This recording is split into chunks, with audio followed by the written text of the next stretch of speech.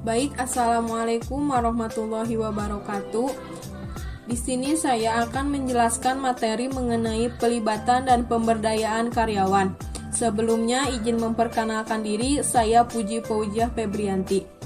Materi yang saya akan sampaikan yang pertama mengenai konsep dari pelibatan dan pemberdayaan karyawan. Yang kedua ada faktor penghambat dari pelibatan dan pemberdayaan karyawan. Yang ketiga ada implementasi dari pelibatan dan pemberdayaan karyawan. Yang keempat ada penghargaan dan pengakuan prestasi.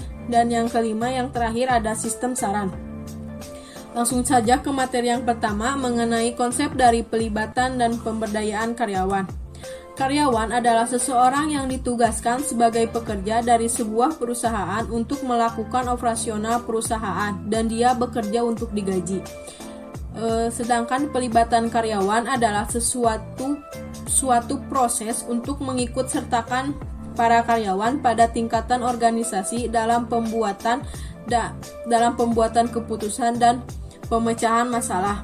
Jadi, pelibatan karyawan ialah melibatkan seluruh karyawan atau anggota untuk pemecahan masalah atau pembuatan keputusan. Sedangkan pemberdayaan dapat diartikan sebagai pelibatan karyawan yang benar-benar berarti. Maksudnya, pemberdayaan tidak hanya sekedar memberikan masukan, tetapi juga memperhatikan, mempertimbangkan, dan menindaklanjuti masukan tersebut apakah akan diterima atau tidak. Selanjutnya ada tujuan dari pelibatan dan pemberdayaan karyawan. Tujuannya adalah untuk meningkatkan kemampuan organisasi dan untuk memberikan nilai kepada pelanggan. Karyawan harus memahami nilai pelanggan. Selanjutnya yang kedua ada faktor penghambat dari pelibatan dan pemberdayaan karyawan. Terdapat dua faktor penghambat. Yang pertama ada penolakan dari manajemen, yang kedua ada penolakan dari karyawan. Di sini saya akan bahas terlebih dahulu mengenai penolakan manajemen. Yang pertama ada ketidakamanan. Maksudnya, manajer merasa tidak aman posisinya ketika karyawan yang berada dalam tim kerja mencetuskan inisiatif atau ide yang dapat mengurangi kekuasaan atau kedudukan dari manajemen tersebut. Kedua ada nilai-nilai pribadi, yaitu anggapan manajer bahwa karyawan harus melakukan perintah yang diberikan oleh manajer. Yang ketiga ada ego. Manajer yang memiliki ego tinggi tidak akan menerima adanya keterlibatan karyawan karena akan merasa berkurang statusnya dan keuntungannya. Yang keempat ada pelatihan manajemen. Dan yang terakhir yang kelima ada karakteristik kepribadian para manajer. Karakteristik dan kepribadian para manajer yang dididik dengan cara lama tidak akan menerima pelibatan dan pemberdayaan karyawan karena lebih memperhatikan orang yang bekerja tersebut. Selanjutnya ada penolakan dari karyawan. Yang pertama ada merasa skeptis terhadap manajemen yang silih berganti dan tidak dilaksanakan. Yang kedua ada karyawan tidak mau menerima perubahan. Karyawan tidak mau menerima perubahan karena menyangkut hal-hal baru dan mungkin tidak lazim, sehingga sulit mendapatkan dukungan dari karyawan. Selanjutnya ada implementasi pelibatan dan pemberdayaan karyawan. Ada 5 implementasi dari pelibatan dan pemberdayaan karyawan. Yang pertama ada brainstorming, di mana manajer mempunyai peran sebagai katalisator untuk mendukung diskusi antara pekerja.